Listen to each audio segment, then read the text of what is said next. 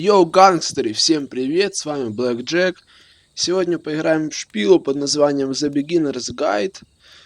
Вот, история сама заключается в том, что мы заходим в компьютер какого-то другого персонажа, ну, другого человека, не живого, я думаю, ну как не живого, не настоящего, а выдуманного персонажа, и благодаря его файлам узнаем, собственно, что это за человек.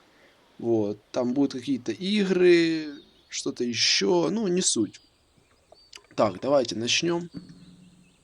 Надеюсь, будут субтитры. Не забудьте включить звук. Включили звук.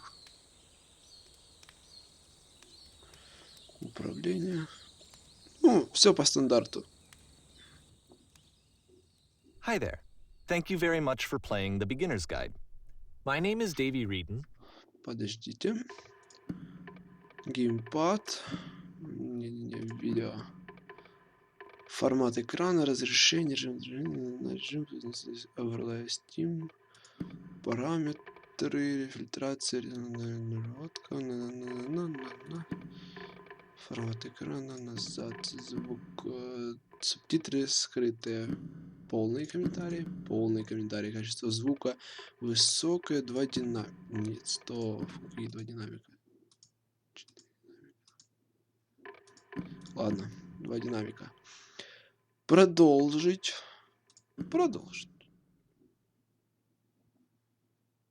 И давайте начнем заново этот уровень. Hi there. Thank you very much for playing the Beginner's Guide. My name is Davey Reedon. I wrote The Stanley Parable, and while that game tells a pretty absurd story, today I'm going to tell you about a series of events that happened between... Короче, вот эту игру, которую он сказал, типа, которую он выпустил до этого, если вы помните, это была игра про компьютер, типа, про чувака, который работал в офисе. И он подходил к компьютеру, потом отходил и шел по офису, и офис видоизменялся. Ну, как бы это такая линейная игра. С одной стороны в другую уходишь, и как бы уровень меняется. И там, помню, в конце там уже была реально жесть, там уже переворачивался сверху на голову, там, короче, такое, типа, были изменения самих комнат, то есть все там менялось, короче, ну, была, как он сказал, нелепая игра, но, не знаю, мне понравилась, такая довольно забавная была. И вот сейчас этот создатель выпустил новую игру, вот, которую мы сейчас будем играть, и тут уже идет какая-то уже нормальная история, это уже не какой-то бред, а уже будет какая-то история, и какие-то связанные какие-то там разные ситуации, временные события, которые все будут соединяться в одно. Ну, давайте посмотрим, что это будет. between 2008 and 2011. We're going to look at the games made by a friend of mine named Coda. Now, these games mean a lot to me. I met Coda in early 2009 at a time when I was really struggling with some personal stuff, and his work pointed me in a very powerful direction. I found it to be a good reference point for the kinds of creative works that I wanted to make. So just to start you off, this is, I think, the first game he ever made. It's a level for Counter-Strike. You can walk around here, by the way. And mostly it's just Coda learning the basics of building a 3D environment. But what I like is that even though he starts from the simple aesthetic of a desert town, he then scatters these colorful abstract blobs and impossible floating crates around the level. And of course, it destroys the illusion that this actually is a desert town, and instead this level becomes a kind of calling card from its creator. It's like a reminder that this video game was constructed by a real person. And it kind of makes you wonder, what was going through his head as he was building this? This is what I like about all of Coda's games. I mean, not that they're all fascinating as games, but that they are all going to give us access to their creator. I want us to see past the games themselves. I want to get to know who this human being really is. And that's exactly what we're going to do here. Круто. So, it's 2008, Coda starts making these games, and he never releases any of them. He doesn't put them onto the internet, he just makes them and then immediately abandons them, and they sit on his computer forever. And I think he really understood this image of himself as a recluse. At one point, he jokingly renamed his computer's recycling bin to Important Games Folder. So, this was just how he worked. He tended to crank them out one after the other without even really pausing to try to understand what he had just made, until suddenly one day, he just stopped. In 2011, that was it. He made his last game, and then he hasn't made another one since. And that's why I've taken this opportunity to gather all of his work together, is because I find his games powerful and interesting, and I'd like this collection to reach him, to maybe encourage him to start creating again. And if the people like you who play this also happen to find his work interesting, then I'm sure it'll just send that much stronger of a message of encouragement to Coda. So thanks for joining me on this. If you have a particular interpretation that I haven't mentioned here, or if you just need to get in touch, you can email me at daveyWreden@gmail.com. Okay, that's about it for introduction. Let's take a look at Coda's first proper game. As each game is loading, I'll show you the date that it was completed. This first one was made in November Ноябрь 2008. 2007. Я понял. Так, ну давайте посмотрим, что это за игра. Ова. Ладно, интересно, This game is интересно. called Escape from Whisper, Богатство and it's one of шепота. the more generic games Один you'll из see самых from Coda. типичных игр кода.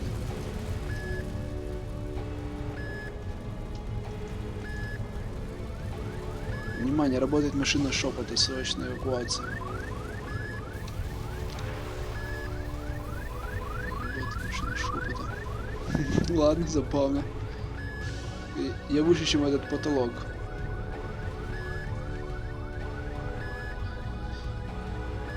Security call reached. Hostile alien life forms inbound. Ничего себе, в 2008 такая графика была, я не думал, It что... kind of looks like this game was abandoned mid-development. For instance, you have this gun, which you'd think would indicate that there are supposed to be monsters or enemies somewhere, but then clearly there are no enemies anywhere. You can't even reload the gun when you run out of bullets. But ultimately, we don't really know. Maybe Coda thought that actually it was complete the way that it is. And I think that we should talk about his games for what they are, rather than for what they're not. Enemy force neutralized. Begin Ладно, не выкупаю. А, вот. Все, шли. I love how you can see the bottom of the universe from this room.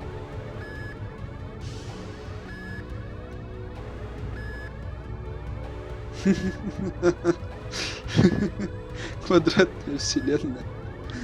Ой, ну выглядит, в принципе, неплохо. Неплохо.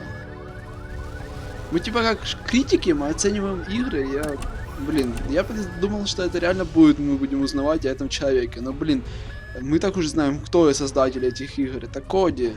Apparently, this space station has a labyrinth on it. Лабиринт.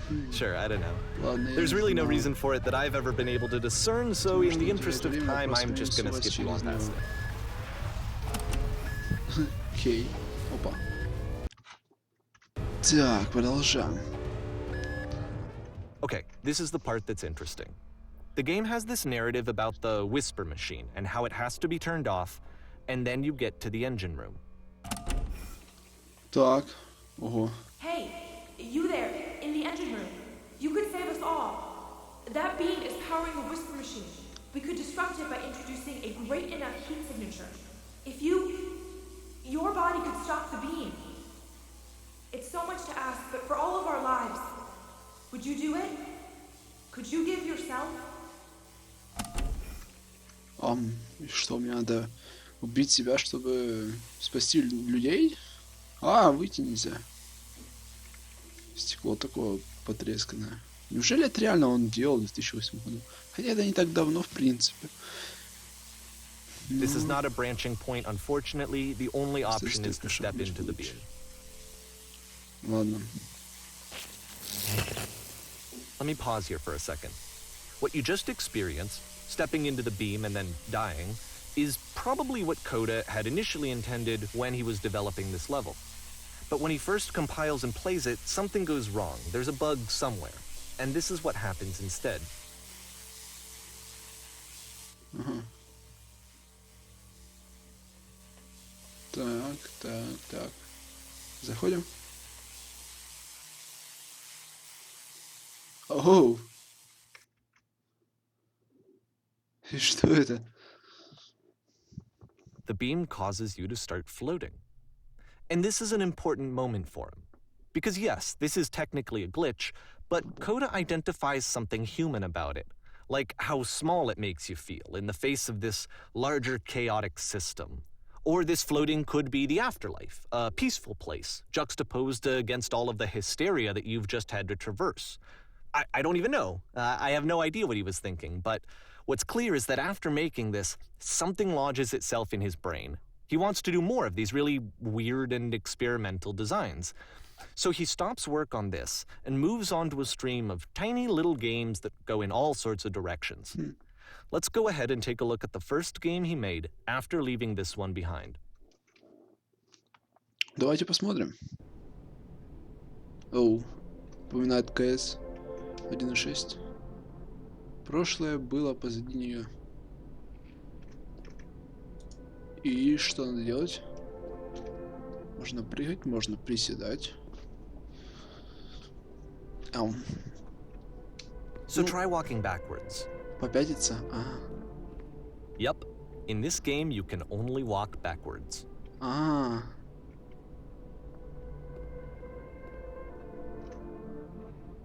Интересная игра. Так. Прошлое было позади нее. Так, ладно, идем. Надеюсь, это не хоррор. So it's a short and relatively minimalist experiment combining motion and narrative.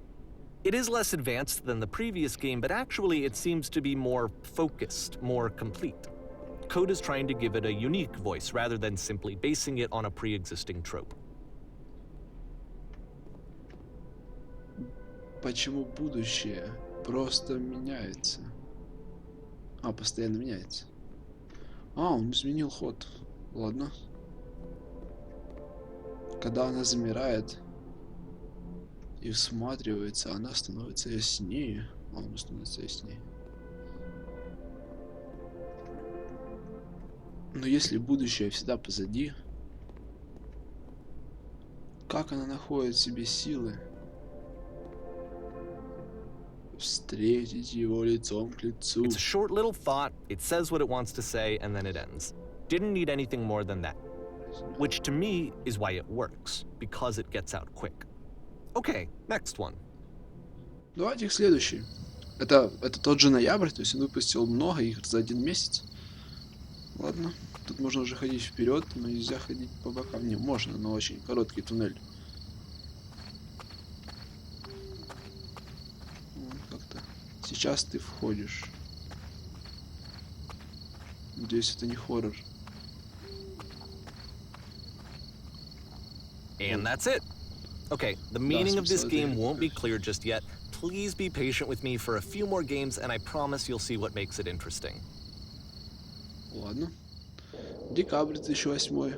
Oftentimes, Coda would put bizarre titles like this one at the start of his games. Ouch. I wish I'd known him at the time that he was making these early games. He would really only talk to me about his work as he was making it. Once he stopped work on a game, that was it. It was dead to him. And I don't agree with that at all, but what are you gonna do? Так, 3 небоскреба, окей. Я замедляюсь. Once you've been slowed to an absolute crawl, the door at the top of the stairs opens. So why, if Coda's not showing these games to anyone, why bother opening the door at all? Well, to show you, I'm modifying the game here so that when you press enter, it'll bring you back up to full speed so you can enter the door for yourself. Нет, мы будем идти. Ладно.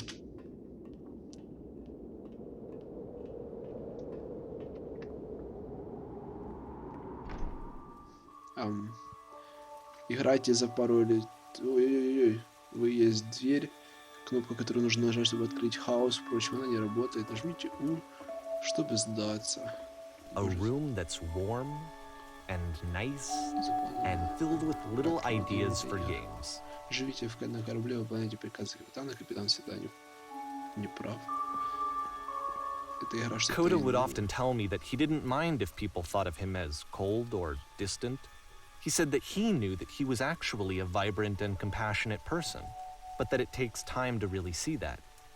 It can be a very slow climb to get there. Да.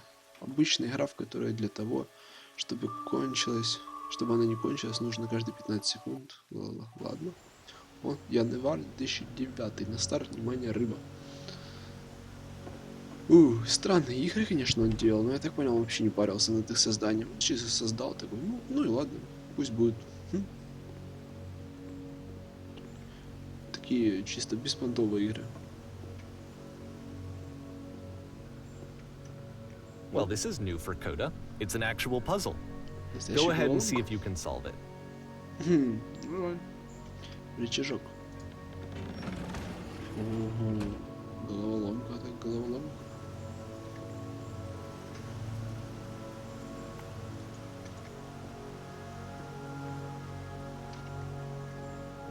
Очень сильно сложная головоломка. Я уже сломался на начале.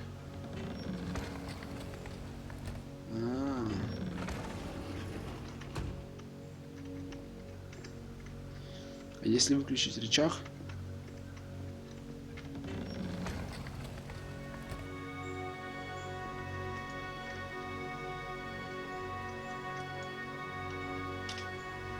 Что за фигня? Don't forget that solution, because we're going to see this puzzle again soon. We're gonna see it a lot. Что я сделал? Я ничего, я просто какие-то кнопки поднажимал, ладно. Не суть. Блин, ну графика классная.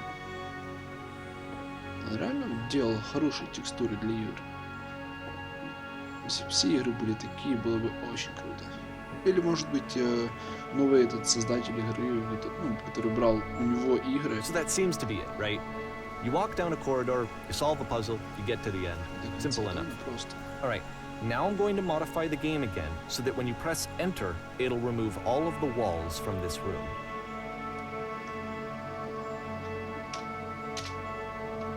Оу.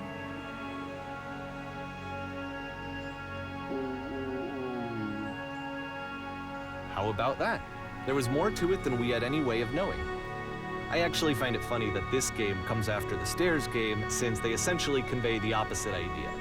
So, in the Stairs game, a dull exterior concealed a rich interior. And then, in this level, a dull interior hides this fantastic outer world. Either way, I think that the point is the same, is that most of the time you don't get to know what you're missing, or even that you're missing anything. That's not your role as a player.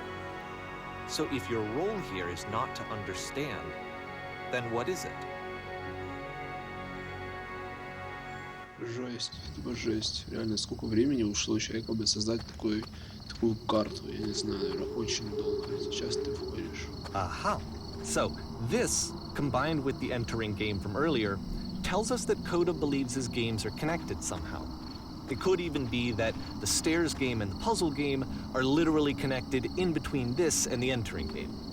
There's a bigger picture that all of his games are meant to play a role in, some larger meaning that we won't be able to grasp until we've seen all of them. And once we have, we can step back and start to understand what exactly that bigger picture is. Пытается нам как-то донести смысл, но я пока не сильно улавливаю. Ну да, чувак создавал игры. Ну да, хорошие текстуры, какой-то минимальный смысл. Let's talk about video game development for a second. Every video game runs on what's called an engine, which determines what the game can and cannot do.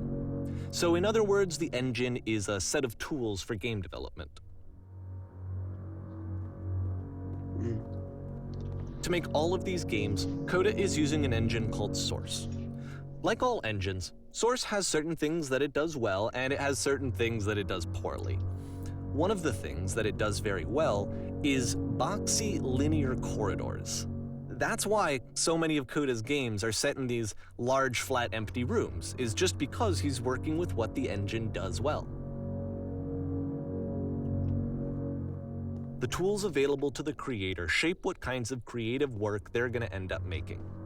You might consider paying attention to the architecture in Coda's games to notice how they seem to stem from an engine that's very good at producing linear, boxy corridors.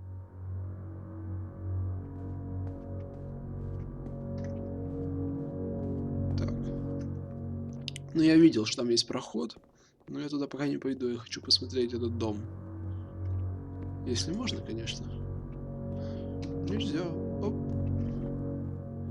И разбиться я тоже не могу, да? О, на крышу хочу, на крышу.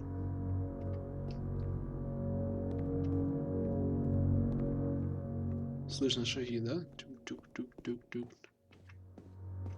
Что это такое? Нож, вилка. Какая-то фигня. Ладно.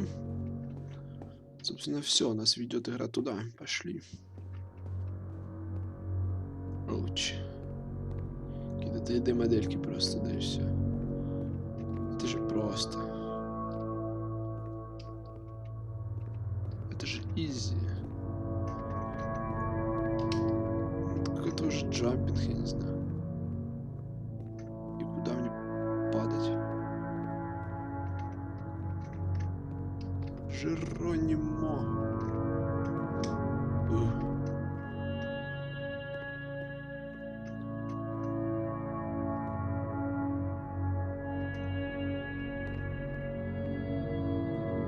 Да.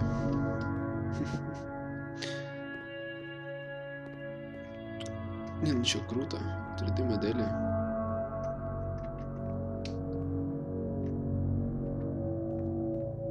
Начинает подлагивать, когда долго летишь вниз. Я это заметил. Не знаю почему. Ай-ай-ай.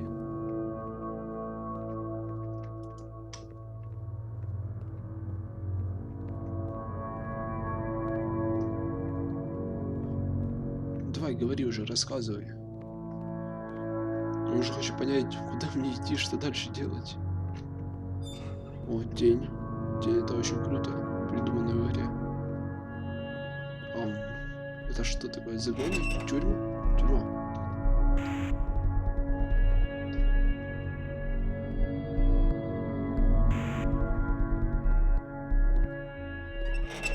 Ова. Эй. На 3-й этаж? This prison, funny enough, in Coda's original design, the doors stayed shut for a full hour before letting you go. If you don't mind, I think we're gonna skip that. This is something that he and I used to argue about a lot. You know, whether a game ought to actually be playable, whether it means anything if no one can get through it. And I would always defend that, you know, all this work goes into the game, why not make it playable and accessible? And so we just got into heated arguments over it, and there was one time that after one of these conversations, he went home, and a day or two later, he sent me a zip file entitled Playable Games that was full of hundreds of individual games, each of which was just an empty box that you walked around in and nothing else. Believe me, I played every single one of those just to find out if there was like a gag hidden somewhere. There wasn't. Да, Коди очень странный персонаж вообще. Ну, человек, имею в виду. Он же о живом человеке говорит, настоящем. Так. Вот реально, смысл этих игр, вот то, что он создает, он пихал сюда столько всего. Столько текстур, столько графики, движок, все дела. Но а суть этого? Для чего? Зачем он это делал? Просто... Должен сказать большое спасибо создателю этой игры, который взял все его игры и сделал из нее одну игру. И рассказал, в принципе, историю об этой игре, потому что если бы истории не было, то ну, никто бы не играл в эту игру, потому что это какой-то бред, да? Никто бы играть просто не стал. А так все люди понимают, что это история типа, который не выкладывал свои игры. It's the puzzle again, with the exact same solution as the last time.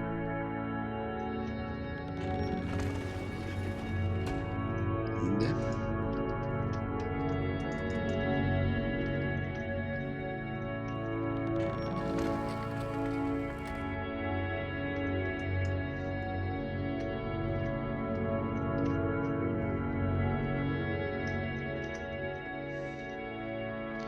Блин, я не помню, что я нажимал.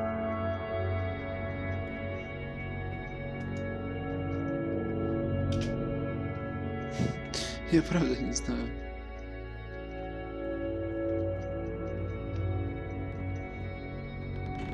There's still no clear indication of what makes this Not puzzle doing. so special that Coda is going to return to it over and over.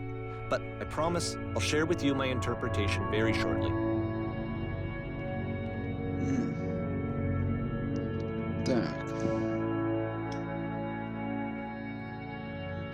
Музыка такая. Ну, если на нее не обращать внимание, она не будет парить. Но я вот обращаю постоянное внимание, мне уже, честно, она немного подзадалбывает. Но это не мешает мне. Так. Опа, ого. Слушай. Слушай. Ты здесь откуда сверху? Что там наверху? Here, Coda begins using a kind of dialogue system that he fashioned out of the engine's chat capabilities. Use the 1, 2, 3 buttons on your keyboard to respond. Ты на клавиатуре. Ты здесь откуда? Сверху? И что там наверху? Да, там был мир, помеченный белизной. Да, там была бесконечная тюрьма, и я скитался часами. Это было потрясающие разноцветные фигуры.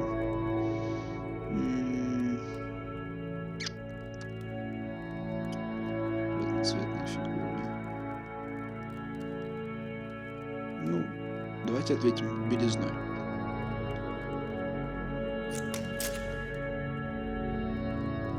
Ты была там, эта девушка, важный вопрос.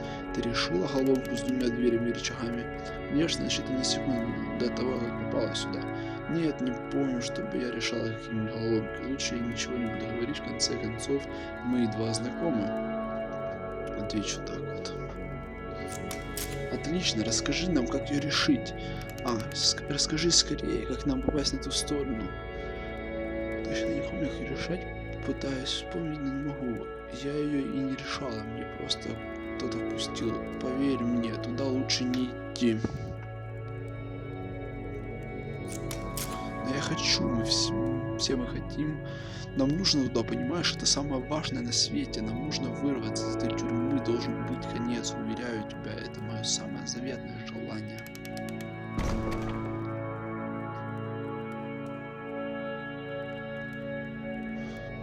Что, я им типа не сказал ничего? Я могу сказать. Камин у вас тут есть. Ясно. Чем не скажу? Слушай. Эй, как ты попала сюда? Там была головоломка? Нет, я все время была здесь. Да, хотите знать, как ее решить? Нет, вообще говоря, нам куда интереснее темное пространство между дверьми. Ты его видела? Какое мне дело до промежутка между дверьми? Ну, а сейчас, когда ты сказал об этом, я правда припоминаю, что почувствовала себя странно, когда через него проходила. Нет, припоминаю никакого пространства между дверьми. Не думай об этом слишком много. Скоро ты снова ее увидишь. Слушай. Там еще есть. Говори и говори. Интересно. Ну что диктор замолчал, я уже соскучился по нему. And so we make one last descent down to the final floor of the level.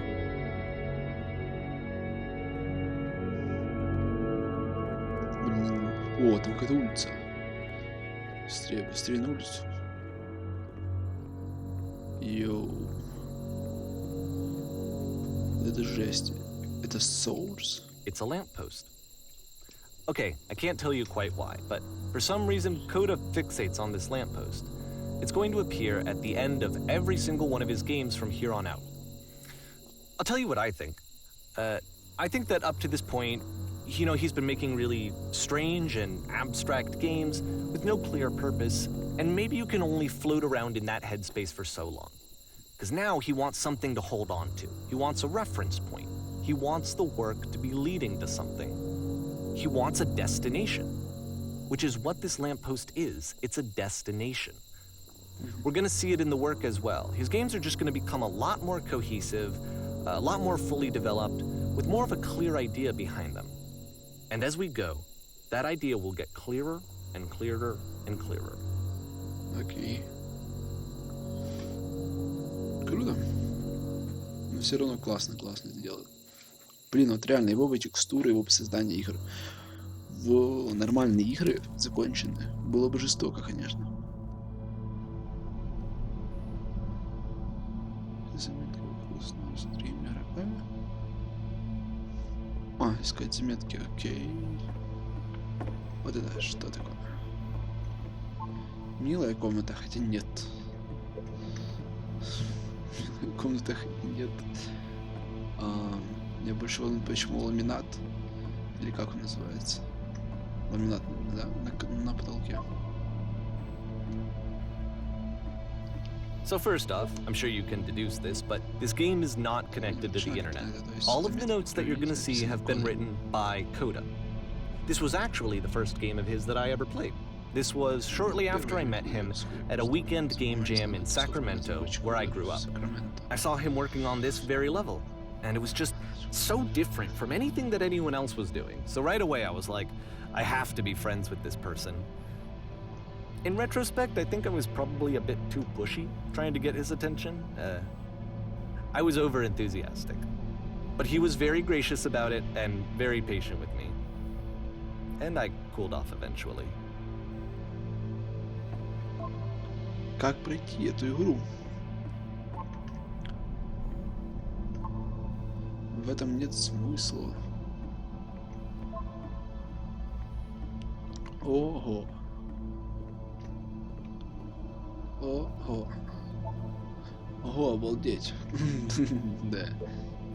Народ, слышите меня? Игра не онлайн. Эй.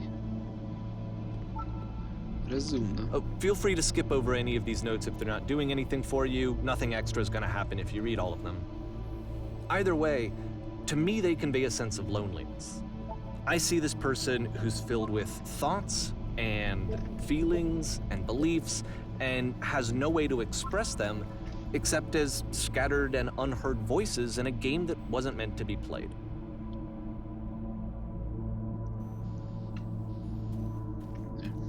But it's ironic, isn't it? That in playing this game and seeing how alone Coda often felt, that we get to know him better and actually kind of connect with him. And I have to be honest with you, this idea is really seductive to me. That I could just play someone's game and see the voices in their head and get to know them better and have to do less of the messy in-person socializing. I could just get to know you through your work. I think this is why I always liked Coda's games so much, is because it felt like they let me have that connection. I felt as though he was inviting me personally into his world. And then I feel less lonely too. Да. Что угодно, только не эта игра. Ага, тут можно печатать. Здесь слишком много сообщений. Почему? У нас кончается пространство, мы скоро задохнемся. Клевая пещера, брат. В мире полном заметок.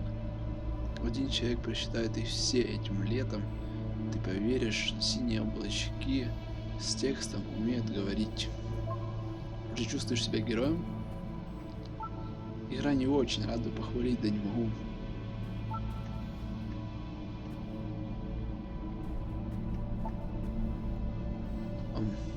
Не бойся, не беспокойся. Только что видел летящего пингвина, надо сказать, что самое величественное, что можно что мне только доводилось видеть, я не хочу жить, потому что ничего столь великолепного никогда уже не будет. Я плачу, собираюсь вырвать свои глаза, надо пойти и сделать это. Ладно, я... Эй, нельзя спрыгнуть.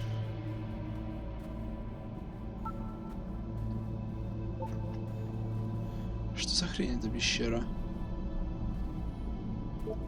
Сколько-то. Могу заверить, что без сомнения где-то здесь, в этом месте, есть желудь. И моряки уже ищут его. Желудь. Рома, желудь. Народ, я просто хочу стать... Хочу хоть с кем-то поговорить. Может быть. Вот это он одинокий. Отказываюсь верить. Шпажопопа. Да где ж тут туалет? Узнай меня, прошу. Здесь ничего нет, возвращайся. Не слушай того мужика. Футболочка на шару.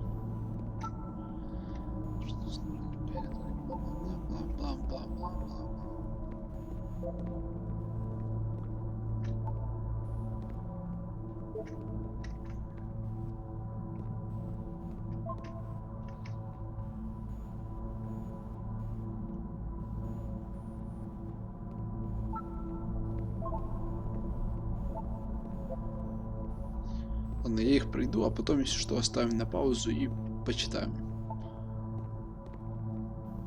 Потому что я не буду все это читать.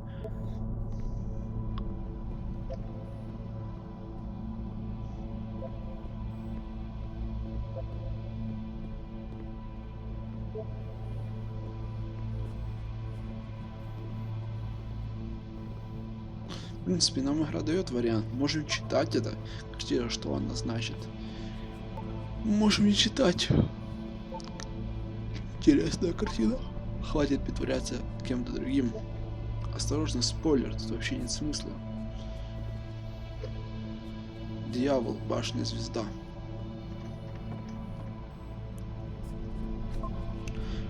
Он сам и был самой жуткой тварью, какую только смог себе представить. И вот теперь я здесь. О да, все мы теперь здесь.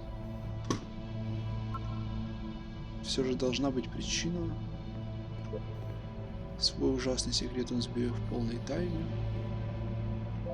Я прошел игру.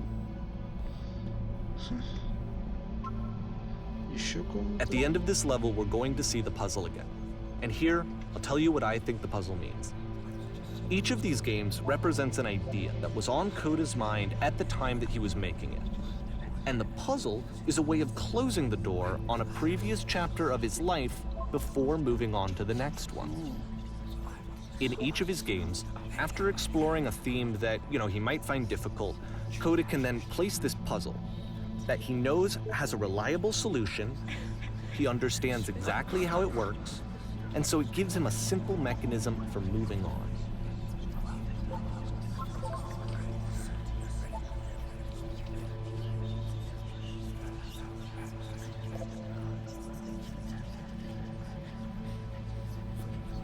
And because there's this dark area between the doors, a space between spaces, before you move on, you get to pause. Just for a moment, a few seconds to reflect on and let go of the events that led you here. To step back and connect the pieces together. To grasp at that elusive bigger picture.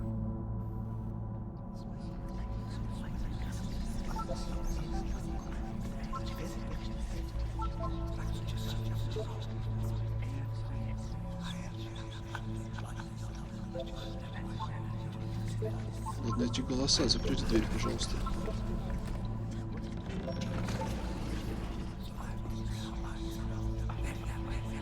Кто-то вырвался, смотрите, кто-то реально прошел.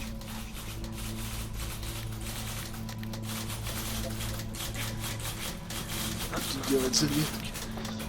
Все-таки есть люди, которые пришли, это головоломка. Вот, один везучий пацан. Опа. Самопишущиеся машинки. Самопишущие. Ты здесь, скажи что-нибудь. Что угодно, я просто хочу что-нибудь от тебя услышать. Поговори со мной, пожалуйста. Неужели так трудно что-то сказать? Говори, говори, говори. О, боже.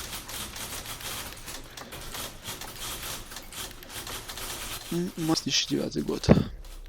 Порнозвезды уже умирают. Okay, this one is tough. It's gonna kinda just spin its own wheels for a few minutes. Hang with it.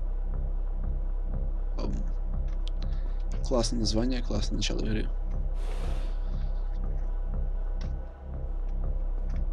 Подождите, а что там было? Колодец никуда. Опа, я что-то вижу. Ладно. С колодцем мы потом решим. Какая-то музычка такая драйвовая. Качевая. Ю. See, like, this is it, the whole game. And there's nothing that's particularly interesting about it. You just walk to the end of a hallway. Except, for some reason, Coda gets really fixated on this prison that has all of this modern furniture. And I don't know why, but he decides he needs to revisit this prison. He's gonna start over, use the same assets, turn it into something else. Okay, cool. Here's version 2. Версия номер 2.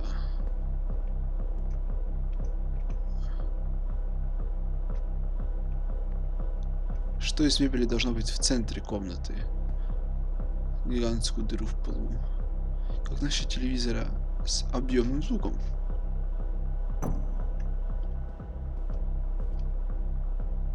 Хорошо, что должно быть на стене комнаты? Пусть будет картина с лошадью. Скажем, стиральная машина, 10 печек в ряд и вдоль стены. Окей. Думаю, нам нужно добавить в комнату больше света. Окно сверху больше на весь потолок. Пусть комната дышит. Думаю, потолочное дневное освещение на 3-4 метра. Оставим каждому углу по катушке Теслы. Теслы хочу.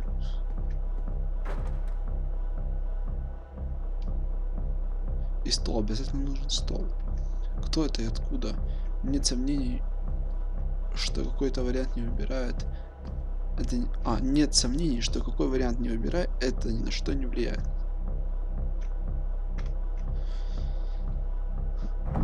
Да. Опа. Ой. There's a bit more to this one, but still, it's not really communicating anything. It's kind of just weird for weirdness' sake. Ого. Круто. So, okay, he throws it out and starts over. This time he comes at the prison idea from a different direction.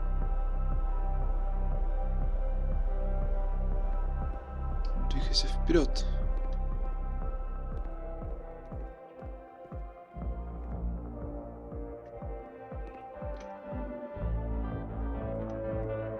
На этот стол.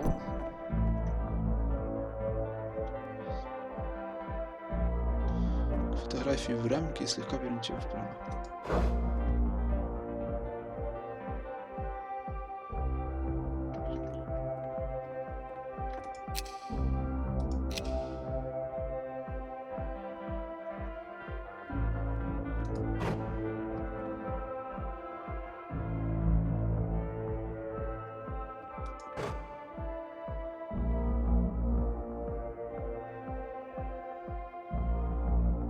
Месяц к началу, чтобы вновь перенестись в тюрьму.